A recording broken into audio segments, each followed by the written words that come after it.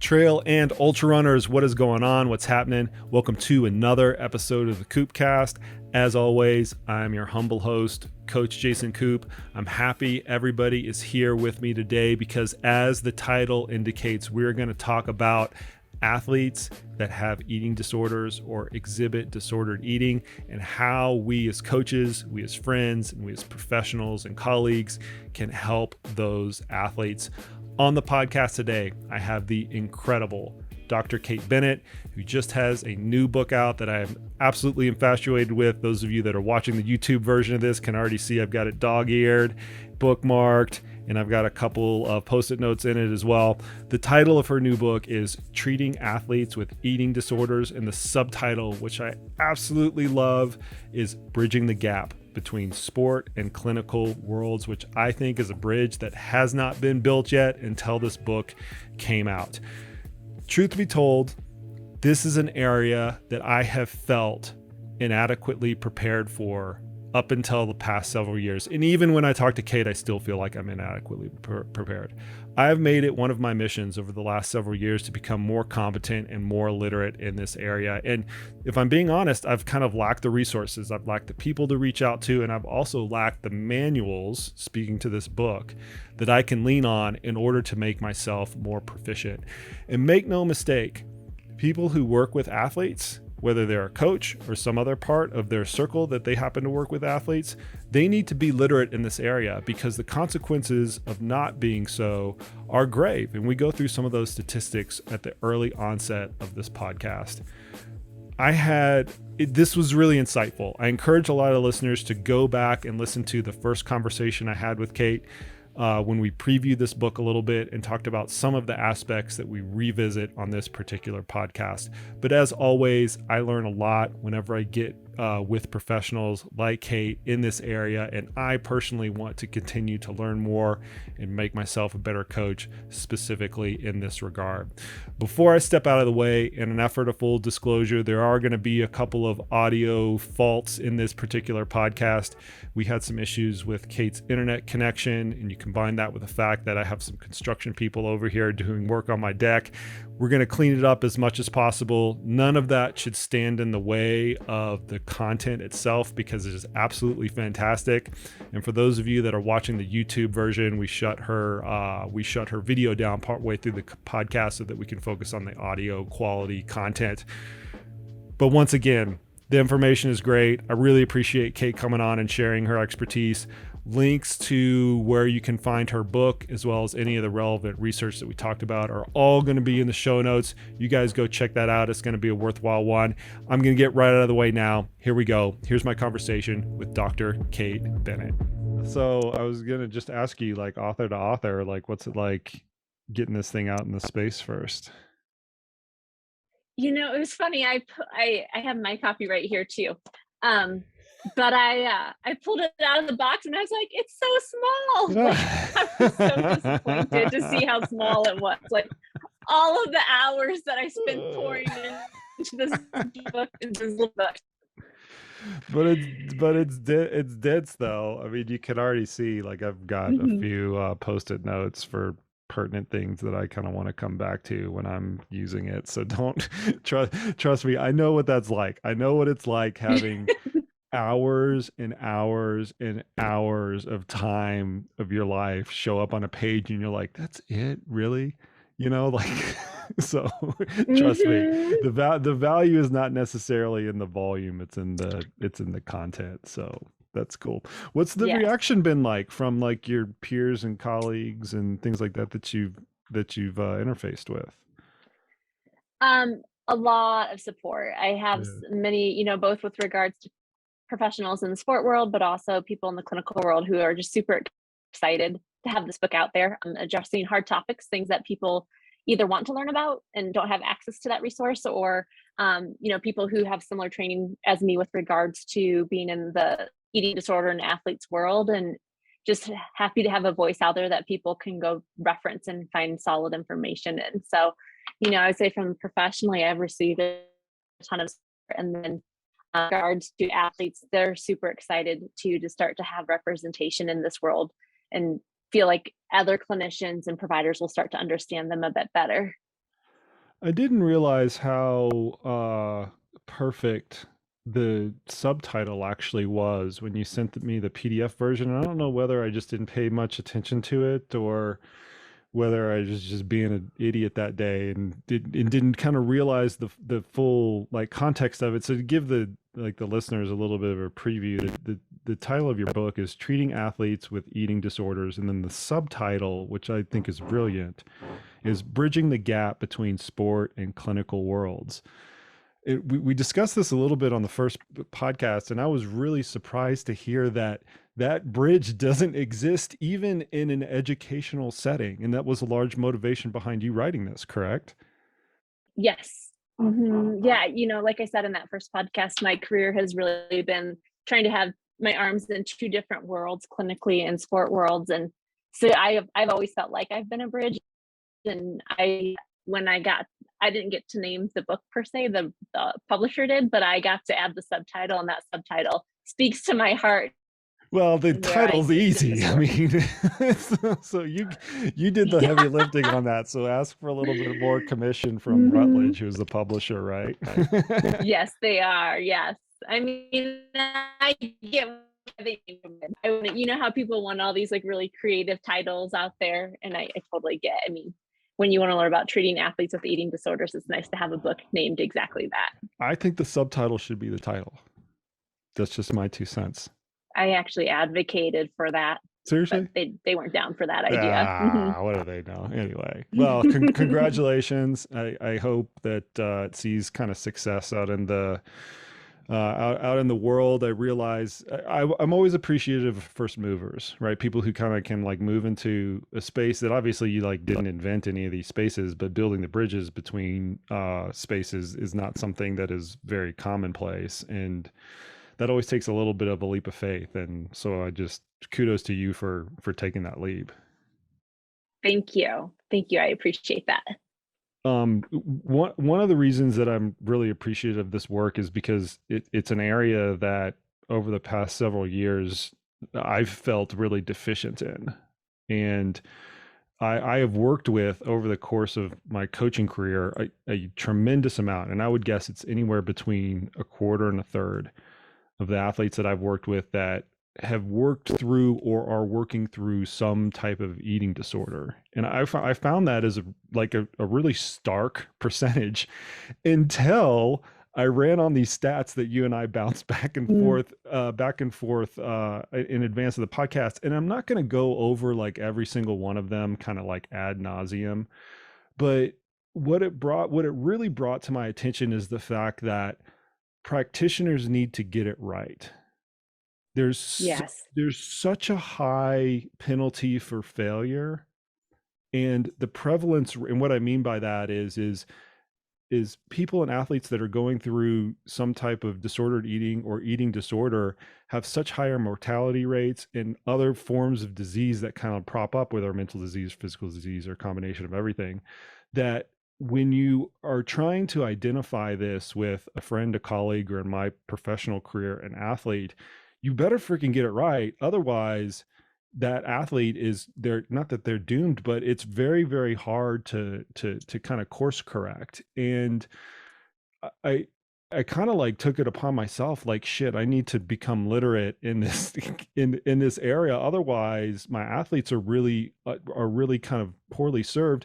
And so I kind of want to start to set the landscape start to set the conversation with that, with how important this aspect is within specifically an athletic population, and why is it so important that we get these diagnostic and treatment elements correct with athletes, and what the consequences are for kind of screwing it up.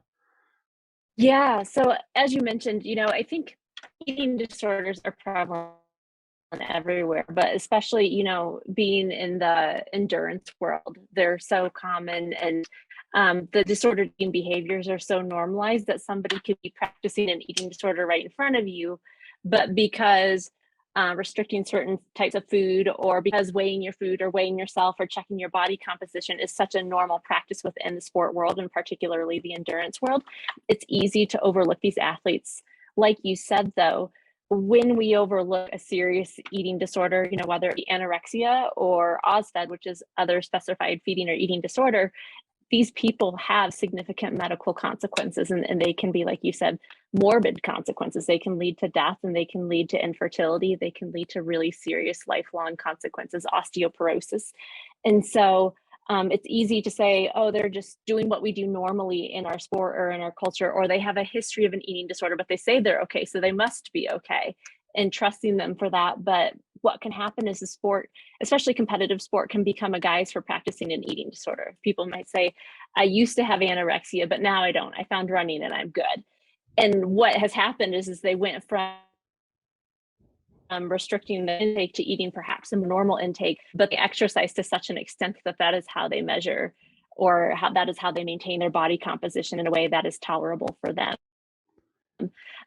So when you say, as a coach, you want to get better at being able to understand, identify, detect, and support these athletes, I agree it's critical, because for so long we've overlooked these behaviors as just a common part of the sport culture. And now we're starting to realize that, yes, some people practice these and they can practice these in a healthy way. And some people practice these and they're not doing it in a healthy way. And in fact, psychologically and medically, they're quite compromised. And if we're not making sure they're getting the support they need, then we become complicit in their development and maintenance of their eating disorder, which is, I don't think, a responsibility any coach wants to have. And to set the landscape of this a little bit more, I'm going to bring up some of those stats that we just talking about. So in a survey of Division I NCAA athletes, so all athletes, up over 1/3 of female athletes reported attitudes and symptoms of placing them at risk for anorexia nervosa. And then you go into the specifics of each of the different types of sport, where in the aesthetic sports, that starts to bump up into the 40s.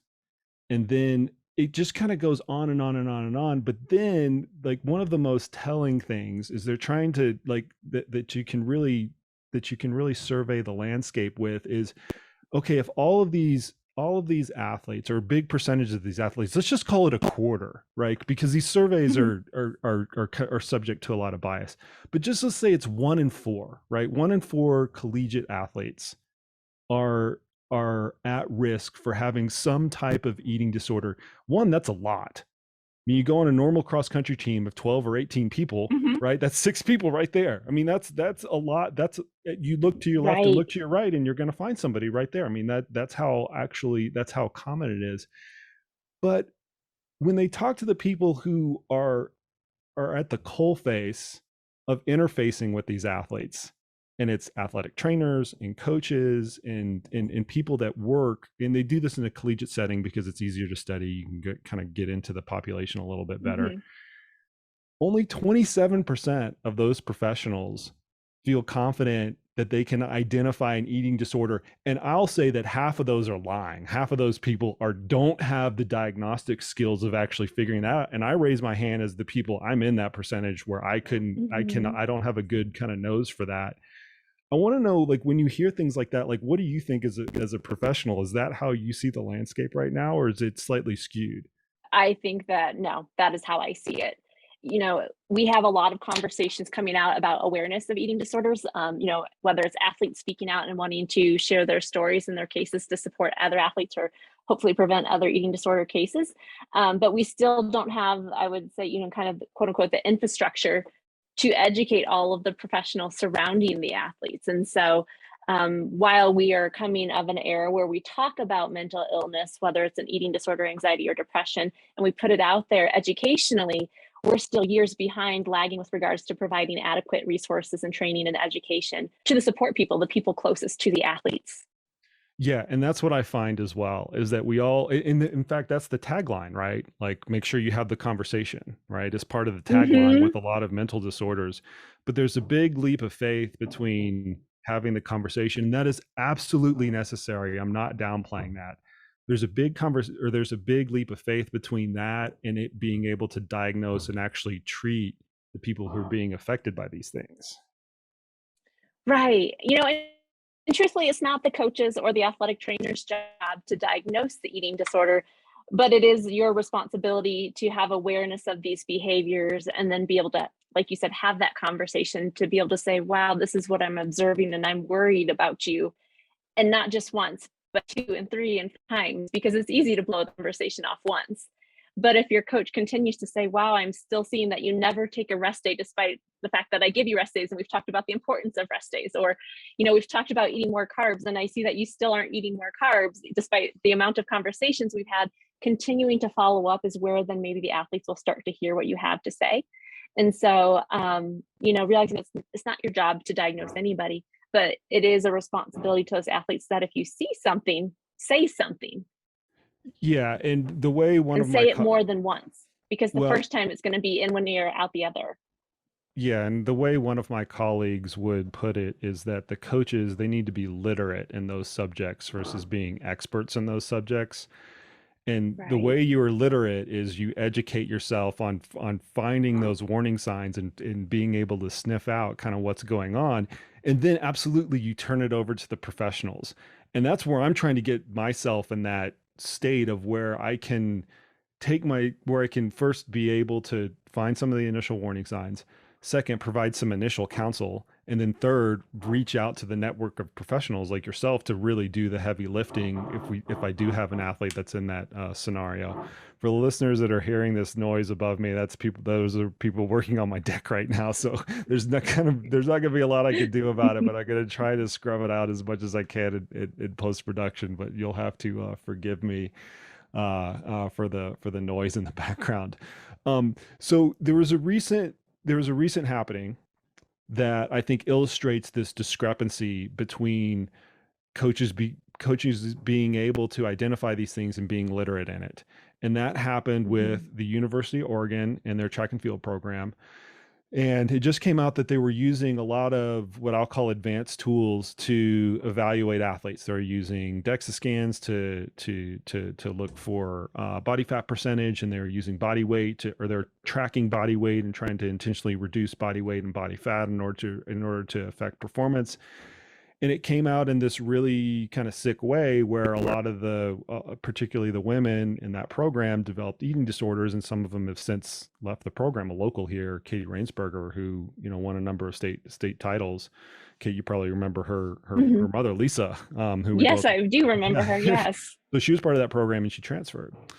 And it brought to light this whole conversation of the appropriateness of using some of these tools in an athletic context. And I wanted to get your perspective as a professional about where should the boundaries be when we're using these. And I want to put like a broad umbrella on it, because it's not just limited to DEXA scans, right? And it's not just limited to body fat calipers. There's a whole array of tools that coaches and athletes can use to inform what's going on, either on a physiological level or from a training perspective or from a performance perspective. And the way that you utilize those tools can have effects outside of the acute use of them, right? So in this case, right, they're trying to analyze for bone density and body fat, and it has an effect on their mental well-being, right? I wanted to get your perspective on those types of use cases. Like, how should coaches and athletes view all of these different pieces of technology that kind of bleed over into the psychological elements, specifically with potentially developing eating disorders? It's interesting because with the Oregon case, I've read the press coverage of it, and I truly believe that the head coach meant to do no harm, right? Like, he was just trying to figure out how to bring his athletes to meet their greatest potential. But in doing so, and I think this is the danger of any scientific approach, is when we think about the human body, it's not robotic. And so when we try to apply mathematical equations to every single human body, we lose out on the unique genetic variables that influence the human health. And so, I think the danger is when we put numbers in and we say, like, oh, if you do this, you'll be at 12% body fat and you will perform the best you ever will. However, that person might have genetics that wants them to be at 15% body fat. And they simply can't be healthy at 12% body fat. And I think, truth is the danger is when we try to reduce the human body genetics and heritage and how those variables influence our mental health and our physical health. Well, I keep going back to who knows what the intent of whether the coach was trying to do harm or not do harm. I don't think that he Right. was intentionally trying to do it, although that might be a consequence of it. From a coaching perspective, it's lazy coaching. That's neither here nor there within this Yes. within this. No, seriously. I mean, whenever you're Mhm. relying on that mathematical modeling in order to drive the predominance of performance, as you just mentioned, I think that that's just lazy coaching. You're using those equations as an excuse to cover up for some sort of coaching deficiency.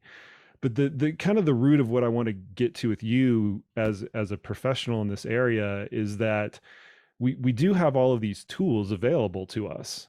And Mhm. some of them are as simple as, our wristwatch will tell us where, or can our wristwatch will try to tell you, is your VO2 max going up or down? Is your fitness going up or down? All the way Mhm. to the really sophisticated, more sophisticated types of tools that collegiate programs have access to. And a lot of athletes have access to this with their healthcare provider, where they're trying to do DEXA scans and even blood biomarkers and things like that.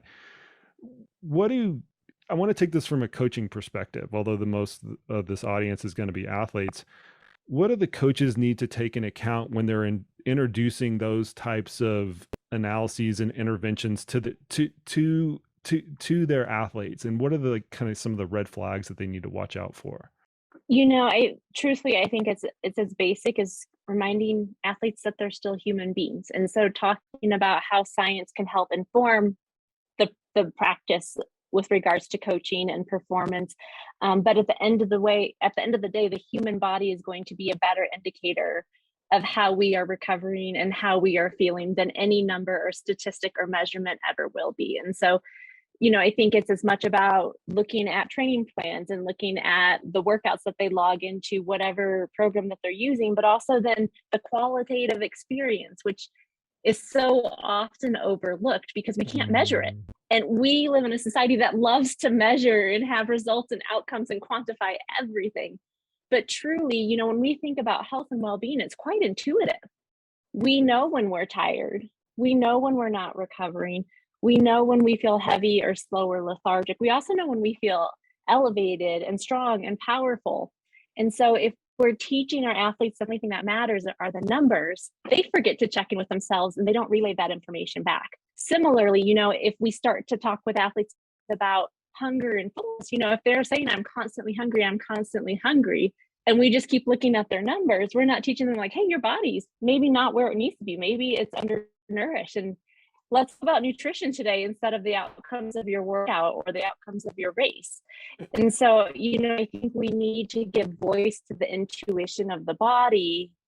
And coaches need to learn how to listen to the quality of the experience, not just look at the numbers and the outcomes. that's so pertinent, Dr. Bennett. I cannot tell you how many times I've had that conversation in a variety of different flavors with our coaches that work with us, but as well as the athletes that we start to work with, where normally they are coming to us because they say, oh, I want you to scientifically look at my training program, I want you to tell me what the data is saying and things like that. And my coaching course correction to that is just like, okay, that'll take care of itself. You push the stop button on your watch and everything's gonna zip through the cloud and onto Training Peaks in the background, and you don't have to put any effort into that. But you should put effort into, to use your vocabulary, describing the quality of the athletic experience that you just had. How did you feel on that workout? How did you feel during the day, during the night, during these intervals and things like that? And putting kind of that piece into context. I look at that first. I mean, I'm doing Mhm. this for the people that are watching the YouTube video, because the post activity email that I get from Training Peaks has the metrics first and the comments second. Mm. And I always tell them I want to switch it. I want to see the comments first and the metrics second. But your notion for practitioners to pay attention to what the athletes are saying and what their experience is, I think, is a really relevant one, because in going back to the University of Oregon case, you're having the data tail wag the human dog. And it shouldn't be that way, right? The Right. human should be the one wagging the tail. Is that the way the analogy goes? Yeah. Yeah. Something like that. I think people will know what you're talking about. Yeah, people got to get it. Okay. One of the other aspects that we talked a little bit about in the first podcast, and I encourage all the listeners to go back to that podcast because that was really insightful, and I got a lot of really good feedback on that. Is this notion of when does disordered eating turn into an eating disorder? And endurance athletes, and in particular this audience, ultramarathon athletes, we are notorious for taking things to the nth degree. You know, if the number one is prescribed, we're going to take it to the number 10. Like that's just kind of built in our nature. But endurance athletes as a whole, they will do things and manipulate their diet during training. And as an observer looking at that, it's easy to look at that and say, oh, that's a problem. That person is going to develop, some sort of bad habit that they're going to carry on with them for the rest of their lives. And that's a hard area to navigate as well. And so I want to kind of start out with that. Where does it start to become problematic within an athletic spectrum when athletes are training for a race, they're doing things from a nutritional perspective very specifically? How does that eventually translate into something that they need to watch for later on down the line? That's a great question. And there's not one very specific concrete answer to it. It really is a qualitative experience with regards to, I think we're kind of talking a bit more about restricting and controlling intake. So if that were the case, this idea that I'm hungry and I'm giving myself food because I need to lose weight, but my body continues to be hungry and I continue to push through the hunger thinking that this is the better outcome for me. Um, when I think about athletic training and the pursuit of performance, there's this periodization to it. And maybe there is a period where athletes are pushing themselves, but then they're able to come out of that. If they are constantly denying their hunger and they're constantly living in the state of starvation, that is concerning. If the idea of actually eating more food to take care of hunger is creates anxiety or distress, that is concerning. So it really is about this intuition and the ability to take care of the body, and in this rhythm where maybe I go through a period of a bit harder with nutrition to try and achieve body composition for the sake of performance, but I know for that peak event I'm able to healthier lifestyle and I'm able to take care of my body and nourish my body intuitively, and when I'm hungry I eat, and when I'm full I stop. And the other piece is athletes who restrict all day and then binge. That also is concerning because that's telling us that the body is probably starving all day long, and the only way to nourish it is really out of binge, which leads to shame and guilt and embarrassment. And so really it's this ability. I would say the concern is, and it's such a precipice, for the athletes with regards to being able to realize, like, I have this under control, have me under control, but this ability to intuitively know I'm going too far, or I can't stop this and I need some help. So that moment where they either realize I'm going too far, but I'm going to keep pushing, that would be that moment in time where, ooh, this is dangerous, a slippery slope with regards to an eating disorder. Or likewise, like, I know I should stop, but I don't want to. I like the results of this, or I'm pushing past this. Truthfully, nobody ever chooses an eating disorder, right? So every well-intended athlete who says, I'm going to work on my nutrition and body composition for the sake of performance, nobody has ever raised their hand and say, hey, I'm going to sign up for an eating disorder today, whether that's anorexia or bulimia or binge eating disorder. But what happens is we create such chronic states of deprivation, or such chronic states in our body with regards to how we're trying to use food and exercise to manipulate our body composition, that all of a sudden those start to create shifts in our neurotransmitters, those start to create shifts in our hormones and our hunger fullness cues, and we've lost control of the behaviors we're trying to use to help ourselves. We tend to talk about eating disorders with this context of almost like total calorie content, right? That's the best way I can describe it, right? Total calorie content is either adequate or somehow they're malnourished from an absolute amount of calories that they're taking in relative to their energy expenditure.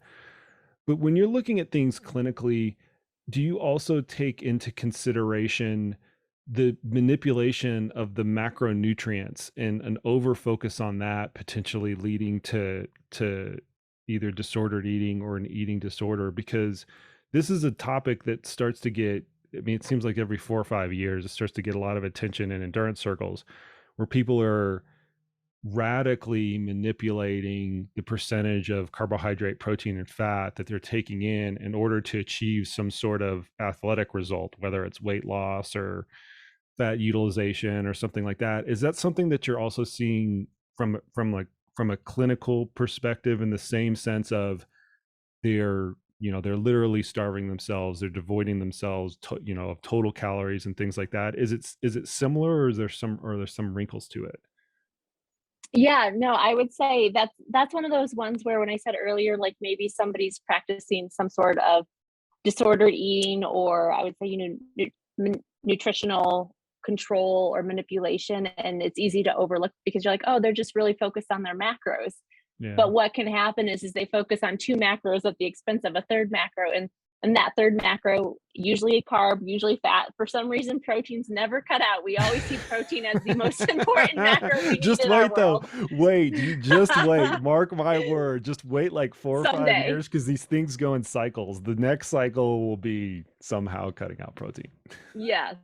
But yeah, so but that idea that all of a sudden all I eat are carbs and protein, or all I eat are fats and protein, and carbs are no longer necessary.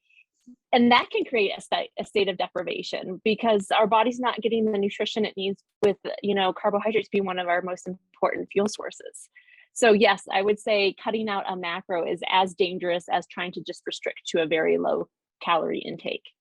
Are the behavioral patterns that you see very similar as well? Like if you're trying to like diagnose somebody or put somebody into, one of the criteria that you're looking for, or is it a similar process between somebody who's like, let's just say, like restricting carbohydrates, which is kind of all the rage right now, right? Versus somebody who's restricting the total amount of calories? I would say that it's easy. Yes, it is easier to pick up on somebody's restricting their total intake. Um, I've been doing this for so long that it's easy for me to not be fooled. But I could see where somebody's like, oh, well, they eat blank amount of calories every day, so they should be fine. Whereas I'm like, oh, but they won't even touch the third macro. That's really concerning. So for me, it's easy to pick up, but I think for other people, it's easy to rationalize that they eat so much other food, they're okay. And they Mm. don't realize the distress and the psychological component of the restriction of that third macro.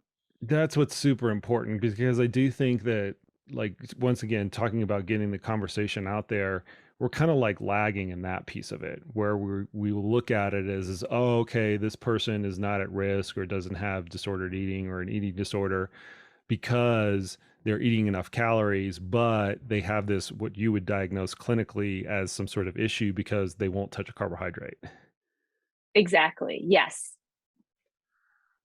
I want to get your take, Kate, on this aspect of influencers, and this is related to what I just kind of what I just mentioned to you. I want to see what you're seeing in the clinic in terms of athletes and other, like, I'll just say celebrities of influence, being being the proverbial influencer and not really recognizing how much influence they have when they're putting things out on social media, out on Instagram and things like that.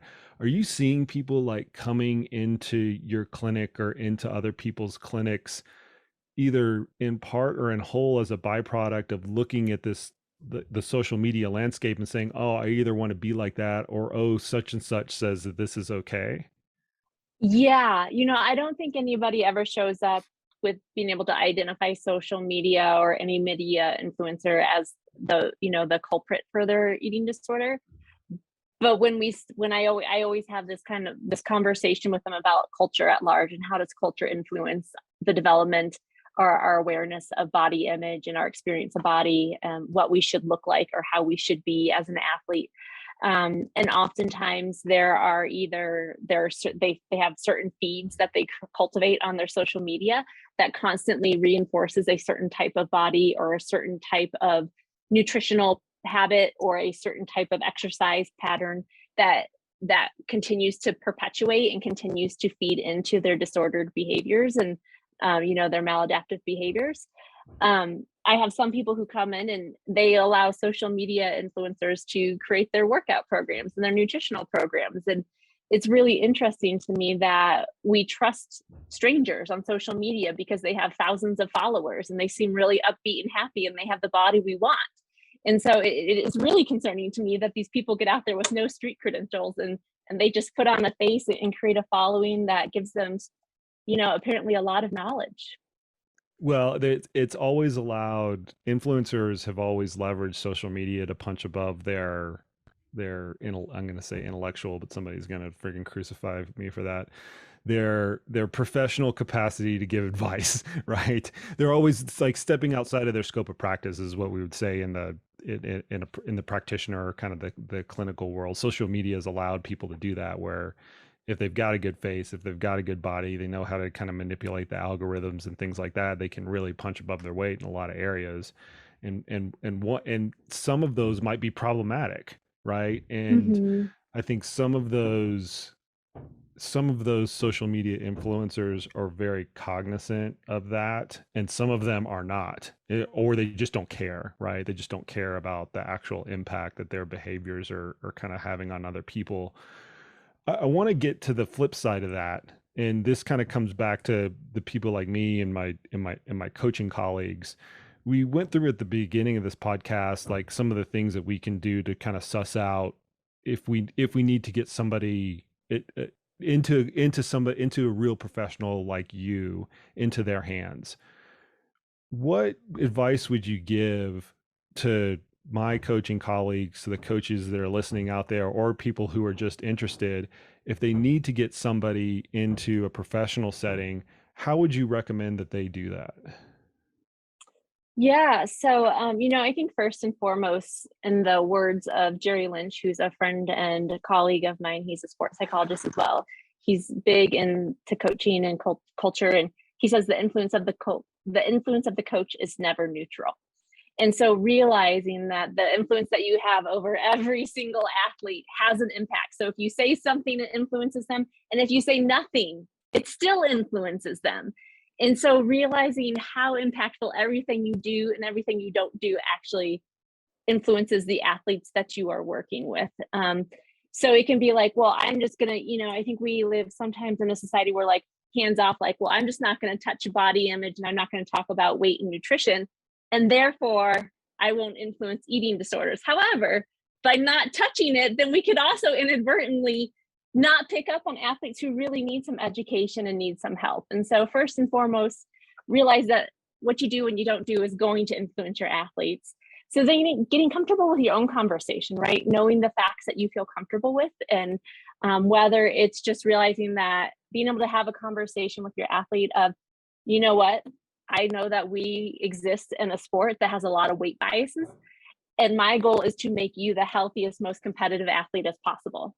And so to do that, we're going to use science, but we're also going to use intuition, and so create a culture around your athletes that gives them space to say, this works for me, this doesn't work, or I'm trying to do this, what do you think? Or you being able to say like, hey, I've noticed this about you, qualitatively speaking, how's that going? So really creating that culture to encourage your athletes to tune in with their bodies.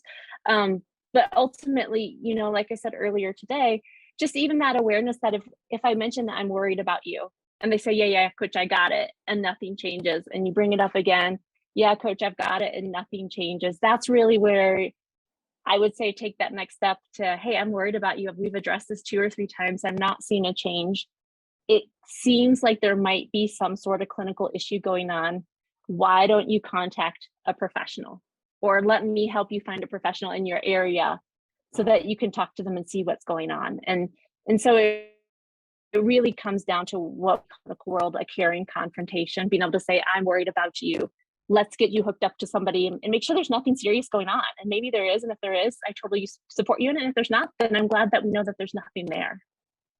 Kate, this just gave me all the excuse in the world to get more fired up about this, because I mean, your statement, no, I mean, your statement of is what you say and what you don't say really matters from a coaching perspective is really, really, really poignant. And I've lived that out throughout the last 20 years of my coaching career. And I kind of keep coming back to the coaches and people who are also part of the athlete support network need to be literate in these things in order to in order to serve the athletes the best, because if they're not, they're just doing a disservice. And you kind of your statement of saying nothing can can be as equally harmful if you're just burying your head in the sand, or if you're just being flippant about it and saying, oh, just go eat a pizza, or just go Yes. just go eat this, or just go eat that, or whatever.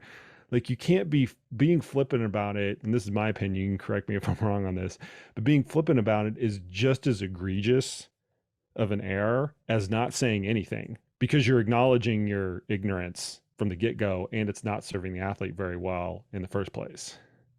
Right. I would say it's worse than not saying anything, Really? That's super interesting. because it's shame, right? Because truly, I can guarantee you that if people could choose to just eat a pizza and gain weight and not have an eating disorder, they would. Right? It's not that simple choice. And so when we reduce it to just go eat the pizza, there's so much shame and guilt of, why can't I figure this out? Why is it this my problem? Why can't I just eat a pizza like a normal person? Yeah. You'll find this appalling, but I'm gonna tell the story anyway. I just started working with a new athlete. I was working with another coach before me, who will remain nameless, and I was reviewing this athlete's kind of previous training program, and kind of baked into the training program, like on the rest days, was eat a pizza, eat a burger, eat a whatever. And I asked the athlete, I'm Hmm. like, what is this just like randomly kind of like put in here? And the athlete was like, yeah, it's just kind of part of the whole jest of things. And it just struck me as an odd piece of advice, because it really didn't have any like background or athletic context. And the context with Mm. this athlete is he was kind of struggling with his weight. And so I was just like, once Oh, again, being super flippant about it.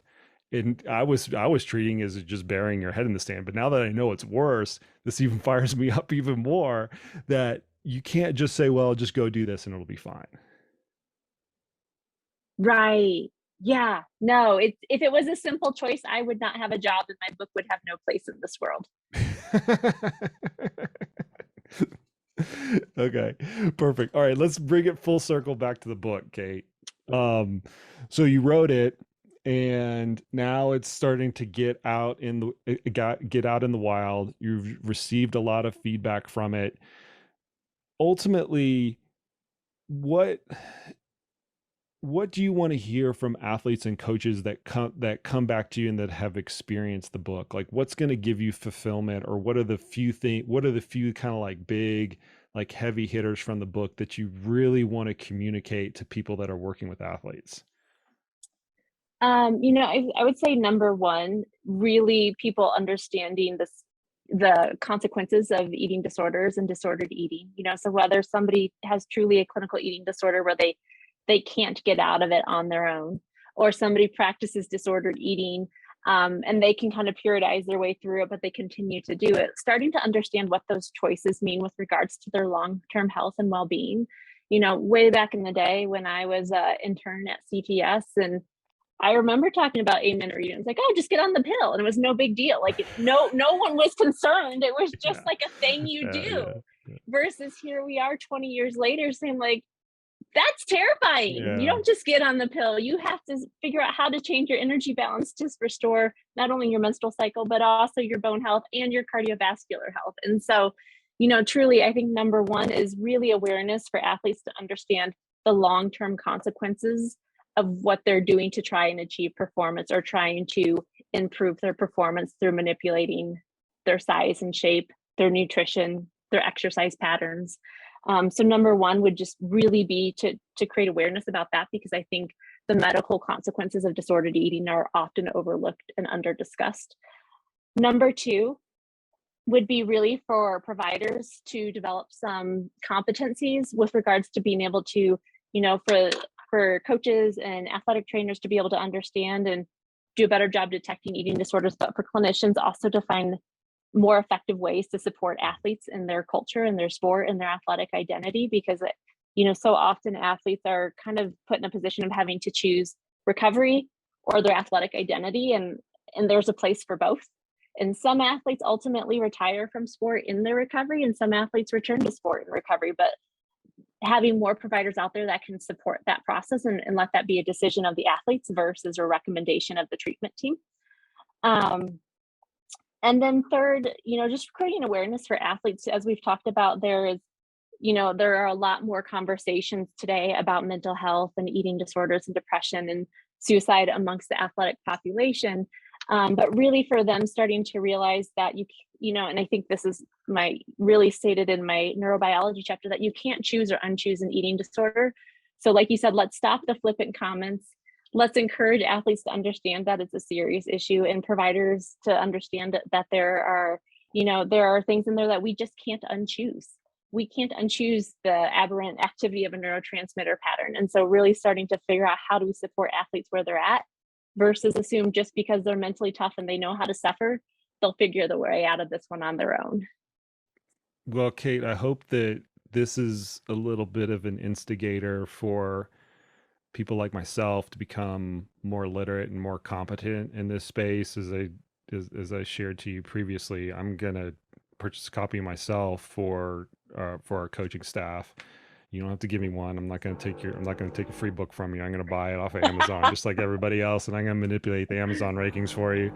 But the effort of that, as much as I'd love to support you, is really, I want our coaching staff to be literate in this area, because it is something that is becoming more and more important for them to be competent in. And I hope more coaches and more people that interface with athletes will take that same tact. And if this book is a conduit to that end, you have left a tremendous legacy. Oh, thank you. I appreciate that. I mean, like I said, my goal was just to get out there and create a space and a voice that needs to be heard, and a platform for athletes to get the treatment that they need and deserve. So thank you for supporting the book and helping me to get this message out there. Oh, the thanks all goes to you. You're doing everybody else a favor here. All right, Kate, I appreciate you coming on the podcast and spending some time. Sorry for the construction going on behind me, but it is a wonderful book, Kate. I'll have links to the show notes for people to go and get it, and I wish you the best with it. Awesome. Thank you. All right, folks. There you have it. There you go. Much thanks to Kate for coming on the podcast today. And more importantly than that, thank you, Kate, for producing a resource that professionals like me and other professionals that work with athletes can start to understand your world of working with athletes that have eating disorders just a little bit better. This is a topic that I absolutely think that we need to get right. We need to get right. We need to have the right tools in front of us. We need to say the right things and not say the wrong things, and say something, as we talked about during the course of this podcast, because the consequences of getting things wrong are so high. So I encourage anybody who's out there who wants to raise their game, raise their literacy rate a little bit, and particularly those of you that are working with athletes directly, like my coaching colleague professionals, go and check Kate's book out. I'm not just saying that to help her out. I love to help her out because she's a great person, but it really is a great resource for all coaches and all individuals and all professionals that work with athletes. That's all I'm going to plug for today. I'm not going to plug anything else. As you guys know, we have no sponsors or endorsers or anything else of this podcast. Just go check Kate's book out. That's how you can help the podcast out today. Appreciate the heck out of each and every one of the listeners. And as always, we will see you out on the trails.